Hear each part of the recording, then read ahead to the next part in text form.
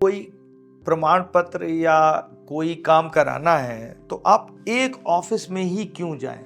One window. नहीं, हाँ, मेरा ये हाँ, कहना है कि एक ऑफिस में क्यों जाएं? भाई मैं इस तहसील में रहता हूँ तो मैं इस तहसील के ही दफ्तर क्यों जाऊं? मुझे ये छूट हो कि मैं किसी भी दफ्तर में चला जाऊं। तो अगर एक दफ्तर ज्यादा करप्शन कर रहा है तो मैं दूसरे में चला जाऊंगा, दूसरा कर रहा है तो मैं तीसरे में चला जाऊंगा। तो एक कंपटीशन, जैसे आप देखें one nation one ration card की स्कीम, मुझे लगता है पूरे देश में अब या प्रदेश में करीब 10-20 हजार दुकानें बंद हो गई राशन की, उसकी वजह से कि जो भी राशन का डीलर सही तरह से तौल नहीं रहा है, जनता से दुर्व्यवहार कर रहा है, उन्होंने अपना राशन कार्ड दूसरी जगह से, मतलब उन्होंने दूसरी जगह से राशन लेना शुरू कर दिया।